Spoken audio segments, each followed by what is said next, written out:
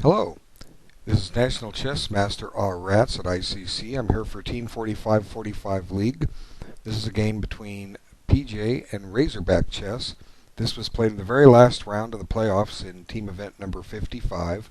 There were only 8 games in the last round, and the guru this round was asked to look at all 8 games and pick one that he felt was the best game, and this is the one he selected. It's a pretty good game. Let's have a look. It's one that really both sides don't make any really critical errors, and it's going to end in a draw. One request, though, it's didn't happen here. Nobody nominated this game, but I checked both players' histories, and it wasn't in either one. So what we lose is we lose the timestamp. Okay, if you really want to see the timestamp, I'm going to post the game score in the window for the description in the YouTube channel. But suffice to say, it moved 21. Black suddenly found himself with about 3.5 minutes left, and pretty much had that much time or fewer the rest of the way. And White soon followed suit. And obviously, I can't easily identify like how long did they take on this move and that move that I can in other videos. So in the future, even though it was pretty unavoidable in this one, in the future, if you nominate a game, please save it to your library.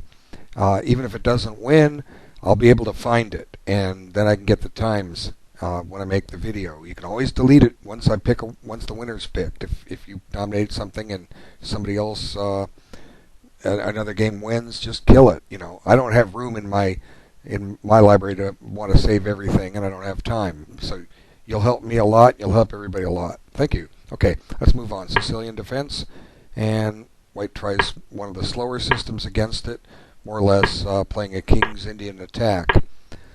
And this generally leads to even play. Black should have nothing to worry about. Let's just kind of run through this and see where we go. H3 is designed to keep the knight out of G4 so that the bishop can remain on E3. Another maneuver, White can't do it here, but one maneuver, you delay putting the bishop on E3. Okay, let me show you. Let me just back it up. Okay, what you try to do is you play, say, knight. This knight goes to E2. You castle. Okay, you play F4. We don't have to. Yeah, well, you have. It's a good move, F4. It has in mind what I want to do. Then you tuck your king to H1. Then you play bishop E3. And the moment this knight goes to G4, you have this flight square, G1.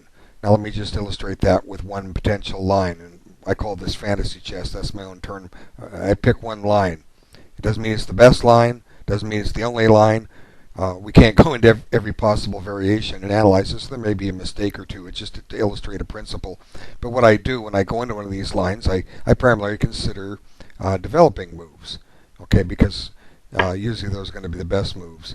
Okay, so let's just develop some pieces, and I'll illustrate this point that I did with the arrows and circles and diagrams. Okay, now F4. Time for Black to develop another piece. Okay, now King H1. And let's play A6, because Black often does that. He gets a pawn roller going here. And there it is. Okay, now the bishop is snug as a bug in a rug on G1. And if White wants, he can kick that knight back out of there. It causes a weakness on G3, maybe even on H3. But this is just a method. If you're not aware of it, it's something you might want to try. But you have to delay putting the bishop on E3. Okay? So let's revert to the main line. That's one thing I like about ICC's interface. Just push that button and you go right back. Okay. Anyway, bishop E3, knight F6. Now he plays H3. And so, in effect, White's keeping his bishop on E3. He doesn't have to go through those other tempo maneuvers. And who knows, maybe White doesn't want to play F4. But oftentimes he will, because at some point White would like to get a pawn roller going with F5. So anyway, let's just see how it turns out.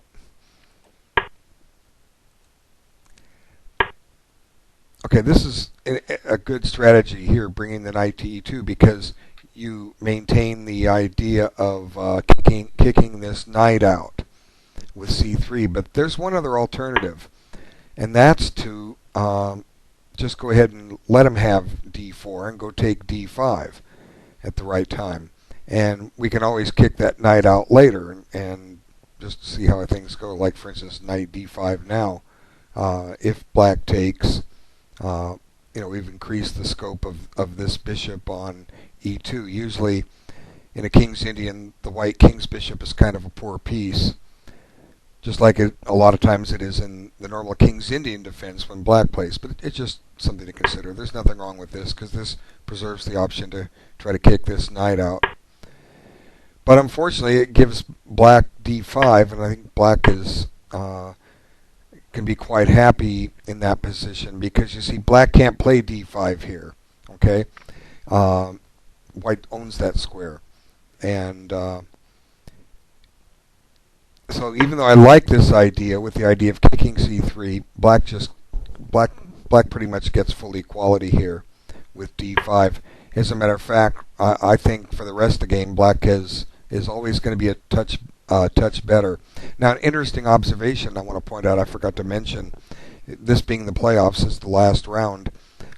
This game ends in a draw, but I was curious, and black's team, it appeared black offered the draw, and black's team won the match. So when we'll talk about the final position when we get there, we're a long way away, but my first thought was black just offered the draw to clinch the match, but I took the time and I looked at the dates of each game, and this was actually the first game of the match played. So black was happy to draw with black, and especially from playing from move 21 on, with under 3 minutes usually on his clock, and often under 2. Black was probably happy to just get the game over with, but we'll see what happens. Okay, so now he gets the c3 kick in. It's probably best here to kind of revert slightly here and get the queen off the open diagonal. It costs a tempo, but this is thematic in a King's Indian. You're maintaining a strong, or King's Indian attack, you're maintaining a strong point of a pawn on e4. Okay. Black may very well push, but you have you can make an exchange if you want. You have a flight square for the bishop, but let's see what white does. He took. Now, this is okay. It's often in a King's Indian defense that black will accept this queenside pawn structure. Okay, it's not uncommon at all. So, in effect, white is playing a King's Indian defense now with colors reversed and ideally with the tempo in hand. But I'm not sure if it's a very extra useful tempo.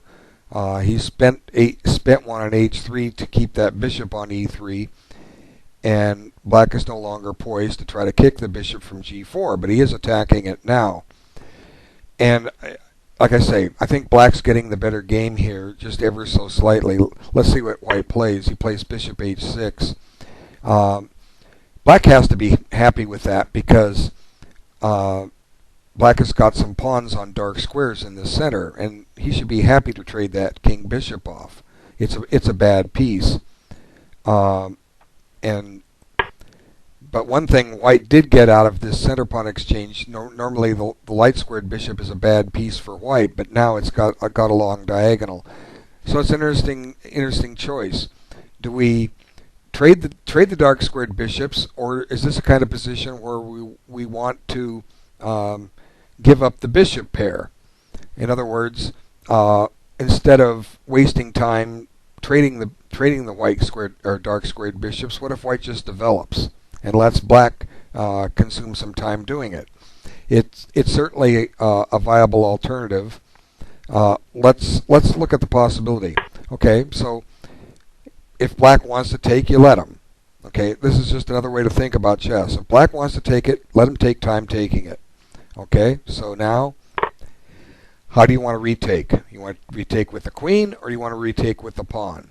The problem with retaking with the pawn is that even though it gives white an open f-file, This pawn's a little weak on e3. At some point, black may have a very useful bishop h6 coming. So let's go ahead and take with the queen. The queen seems to be safe there right now. Black is far removed from getting this knight to f5. That's not going to be easy.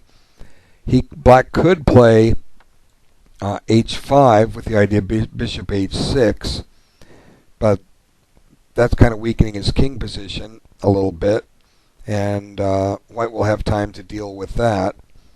Okay, so let's just continue this with developing moves and see what it looks like. Okay, white's got some latent pressure down this long diagonal. Let's get this rook off that diagonal and oppose light squared bishops. Okay, how should white continue? Question: which rook? If you want to put a rook on d1, which rook do you put there? Well, it's probably better to put the a rook on d1 if you do that, because e1's a half open file. If you put the f rook on d1, you're basically saying you want to keep this rook on a1 in case the b file ever opens up. Okay. If white opens up the center with d4, that increases the scope of this bishop. So positionally, white doesn't want to aim for d4 here, because there's no, we've given up the bishop to keep this a bad piece here. So there's no reason for white to want to open up that push d4 and open that up. How is black going to get at d3? Well, he's going to have to double on the d file, and that's going to take a couple of moves. White has resources, so since white doesn't probably want to play rook a rook to d1 at all, let's suggest the move rook e1. And what this does is it just has this rook putting a little pressure down here. That may come in handy at some point. We don't know yet. So let's continue with black developing. As I say, we got the rook off the open file. We want to oppose bishops. Now, how does white continue? He'd like to get some kind of position where his knights can be utilized. If a knight can get on e4, it's a better square, but it might get kicked with f5. Not saying that's bad, but how can white get his knights a little better posted? Well, I think one way is to try to get a knight over to c4. So to do that, we probably want to bolster it in with a4. So this is just a possible move. I'm not saying this stuff is forced. Now, that's a good bishop there that black has. That's his better bishop. Maybe if we reach an ending, we don't want those bishops on the board. We want one of our good knights versus that crummy bishop. So I'm going to go ahead and offer a trade.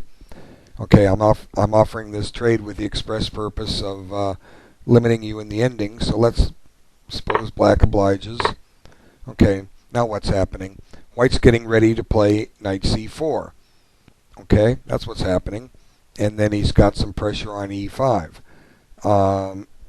Black could centralize his queen and give a check, but white may very well offer a queen trade. Well, although doesn't have to. He could just bring the king back. It's safe.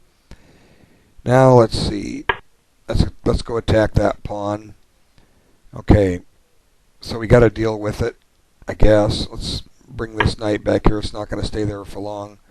Like I say, this is just a sample variation. Now let's consider a plan of h5 and king h2 and bishop h6. Okay, let's consider that plan. So it's black to play knight h5. Now white was striving for this. Now king h7. Okay, well, I guess we can't do that. We're going to drop e5. So let's stop and play f6. Now that further entombs this bishop. Now, I think in this position, white can happily play queen e4, targeting g6. And now, with just some simple maneuvers, I think white has achieved the better position. White's got a wonderful outpost on d5 that he's going to infiltrate. Black's got a pretty bad bishop on G7.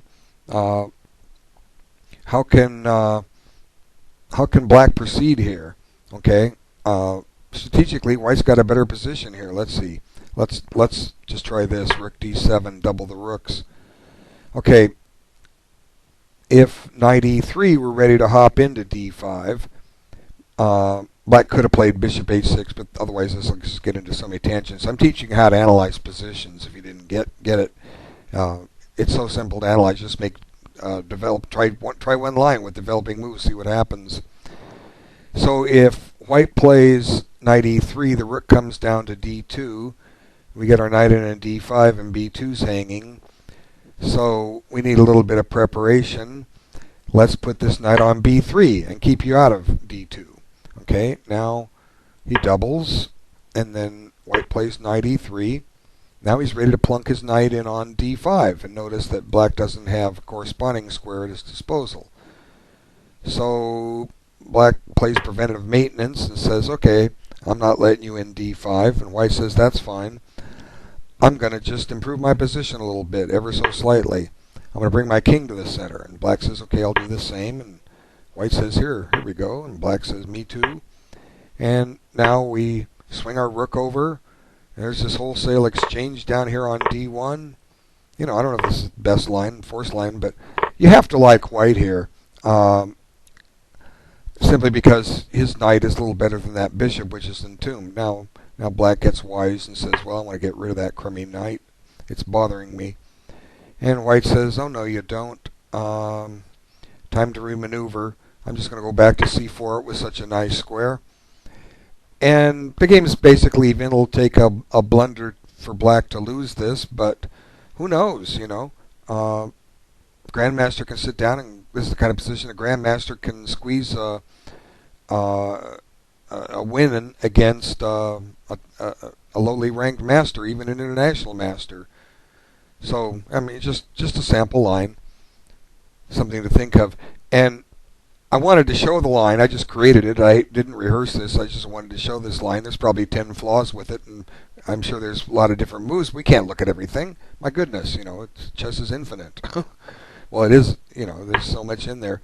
But that would have been an interesting strategy for White. And the way I played it was I showed that White can give up the bishop and come out okay. But you have to kind of understand these concepts, and then the moves just find themselves. Okay, so he plays Bishop H6, and now Black castles.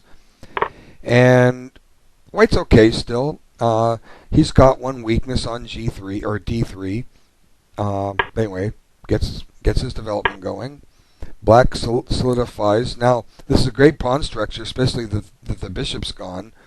So I've often had this position with colors reversed, the black side, many times, and it's or something similar. I usually end up with a knight on C7 at some point, one on C7 and one on C6, but this works. Okay. Now, Black is basically saying you cannot play D4. Let's see. 1, 2, 3, 4, 5 critters hitting D4. White has 1, 2, 3, 4, 5. Can White play D4 here? Let's see. I don't think so. He can. Sometimes I forget. Now, I'm not saying that was forced. Maybe I just kind of ran through that pretty quick, but this looks like it's heading for a quick draw. Okay, I mean, they're still playing the position. Should White play D4 here? Let's see what he does. No, he plays knight E1. Okay, what could possibly be wrong with D4? Is it E4?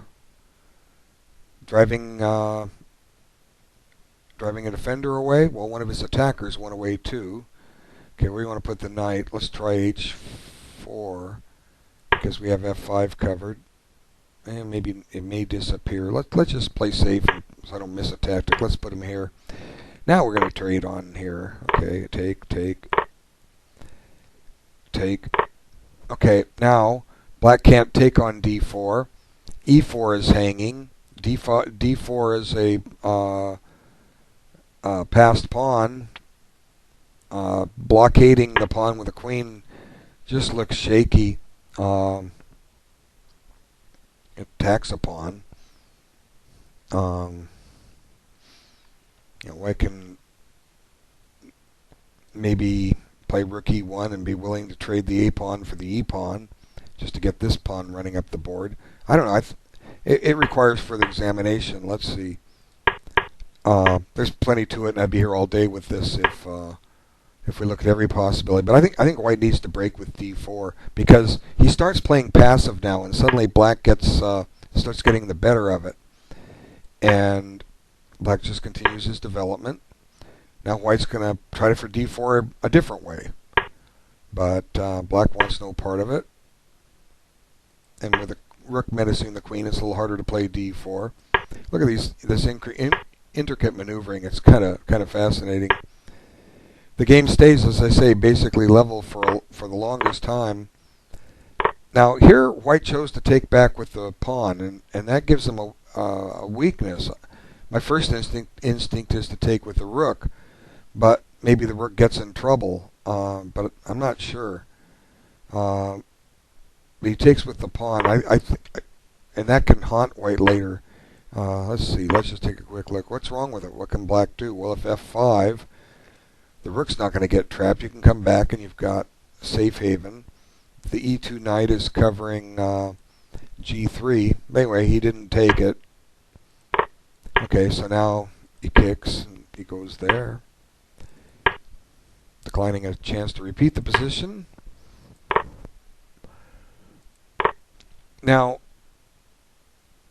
I think at this point, Black is very close to a theoretical win. Okay, let's just stop and evaluate. Both sides have a pawn majority. White's is 4-2, Black's is 3-1, but White has two doubled pawns. G4 is weak and G3 is weak, and the white pawn on D3 is weak. You can't really say any square in Black's position is weak, with the possible exception of F6, and because no pawn can guard it, and all that's guarding it is the king. And White's not really poised to go after that. His knight and rook are both tied down. One of them has to stay where it's at to hold G3, but the rook doesn't really have any squares to go to. So, if the knight moves, unless it goes to f4, which might not be a bad move, the rook on e3 has basically no mobility. So that's where he goes. He hits the rook, and Black offers to trade. White says, White knows the principles of Nimzovich. Oh, don't make trades that improve the position of your opponent's pieces. Make them that improve yours. So White's trying to activate his rook. Black does the same.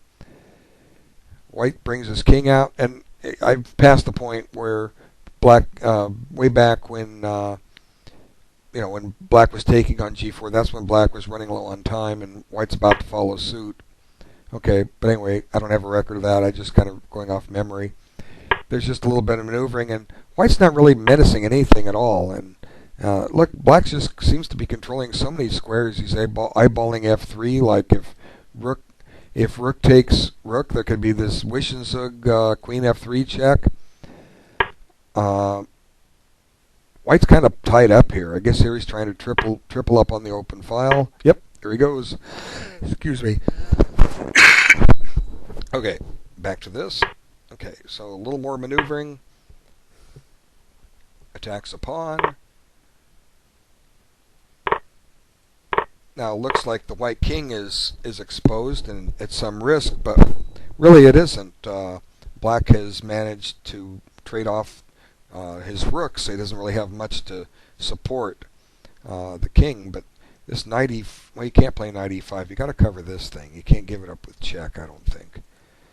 Let's see what he does. I would have considered just keeping the queen where it was, because the queen is, well, it gives a check. The queen is eyeballing g3, and maybe, no, you can't really play g5. He's going to get a nuisance check. But okay, so, whoops, go forward, check. But now the queen is defending this. At some point, Black needs to play b6, I think, and just stay solid. But this is good, too. It attacks the weak pawn, and White pins the knight. Now, before black does that, I guess, he's low on time.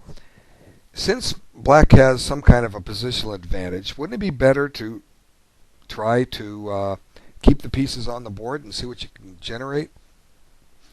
Okay, for instance, what's wrong with Queen D7? I mean, that's the first move that strikes me. The idea is to play knight takes G4.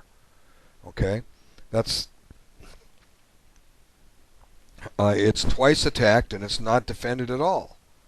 So how does white deal with that? Maybe you can't put the queen on C4. If you put it on D5, you're getting ready for a knight check, which may not go anywhere. Let's see. But then again, black may now decide it's time to trade queens, and black should win this. It should be a theoretical win. I don't think the white knight can generate enough counterplay quick enough on the queen side. So I think Queen D7 wins. What could I be missing? Oh, you can play this move. Okay, so let's see. So I guess you can do that.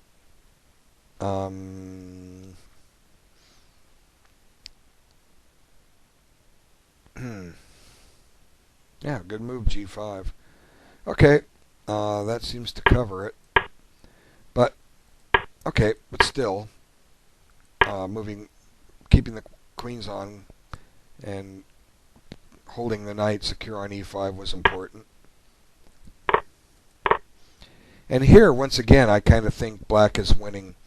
It might have been easier with the queens on the board, but white found some good resources, and he had that little tactical G5 to bail him out. But white now has 3 weak pawns, and they're all isolated, and one set's doubled. Black's got the outpost E5, he's got the outpost G5, and from there, good things can happen. You can create some entry squares into the white position. Let's see how it turns out. Okay, that's perfectly good. It covers the, takes the outpost, attacks G4. But actually, though, it gave up it meant the knight got traded. So my move B6 would have been handy. Maybe just time to stop and play that and see what white's got. White can't guard G4 too conveniently. He could do it with his king. Can't do it because the moment the king gets to F3, knight E5 well, white's not going to get there. Knight E5 will prevent it. But even if he could get there, it'll just check him right out of there. So it looks like white has to hunker down and defend G4. See, knight G2 is in anticipation of if knight E5, then knight E3. And black can force that, but it might be better just to go for another outpost here.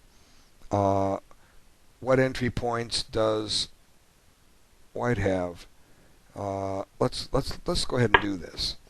Now, if white gets his king to F4, he can keep the black king out of G5. So here's my idea. My idea is to try to get this king up here. But the knight's blocking the path. So white's only... And white can't counterattack with knight D5 because that's going to drop G4. And F6 is covered. So let's try and get this king over there to help. Any way, shape... No, he can't. He can't help. He's got to get to H3. And now black's going to win a pawn and win the game. So, but then again, black's short of time, so. But black's still better here. He's got the better pawns. He's got a nice active king.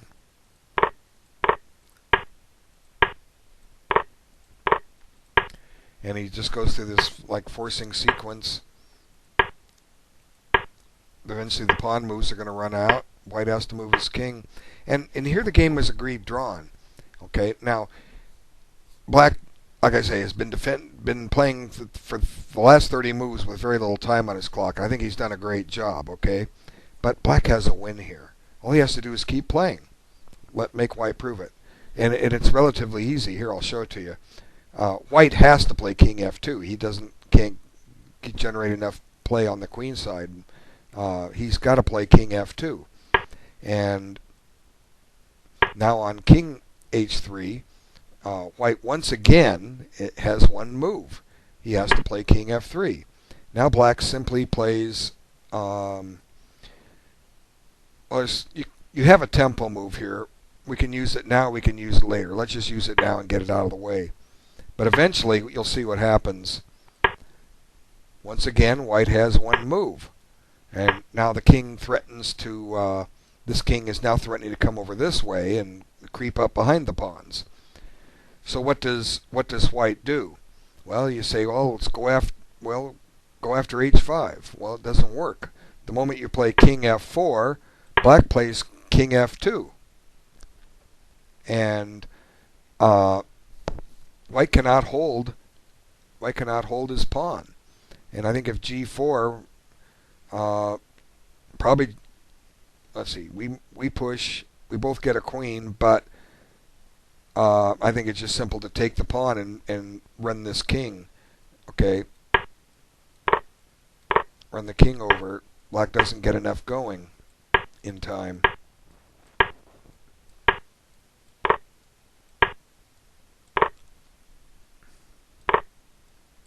And black wins. So going back again, like I say, I think black just could have played on, just tried his luck for a little bit, and white runs out of steam. And I showed you what's wrong with king f4. King e2, you just drop this pawn directly, and you can't hold it. So what's that leave? Whoop, went too far back. Okay, king here, here, here. We'll spin the tempo. Here. Wait, this white's move. Here, here, there.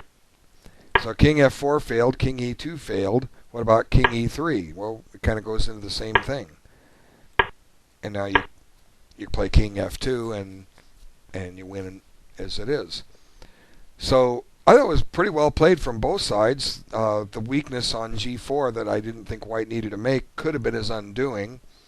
But nonetheless, a well-played game, and in my opinion, both players played far beyond what their ratings suggest. I mean, if this game was submitted to me as with both players rated over 1900, even over 2000, I would have said, yeah, good game. It looks like they played up to their strengths. So both sides have a lot to be happy about this game. And that concludes my analysis of this game. Hope you learned something about how to analyze positions.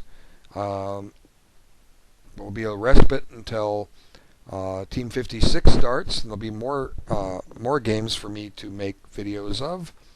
So it's been great doing it again. It's fun to be back doing this. I really, really enjoy making them, and we look forward to seeing all of you again soon. All right, take care. Bye now.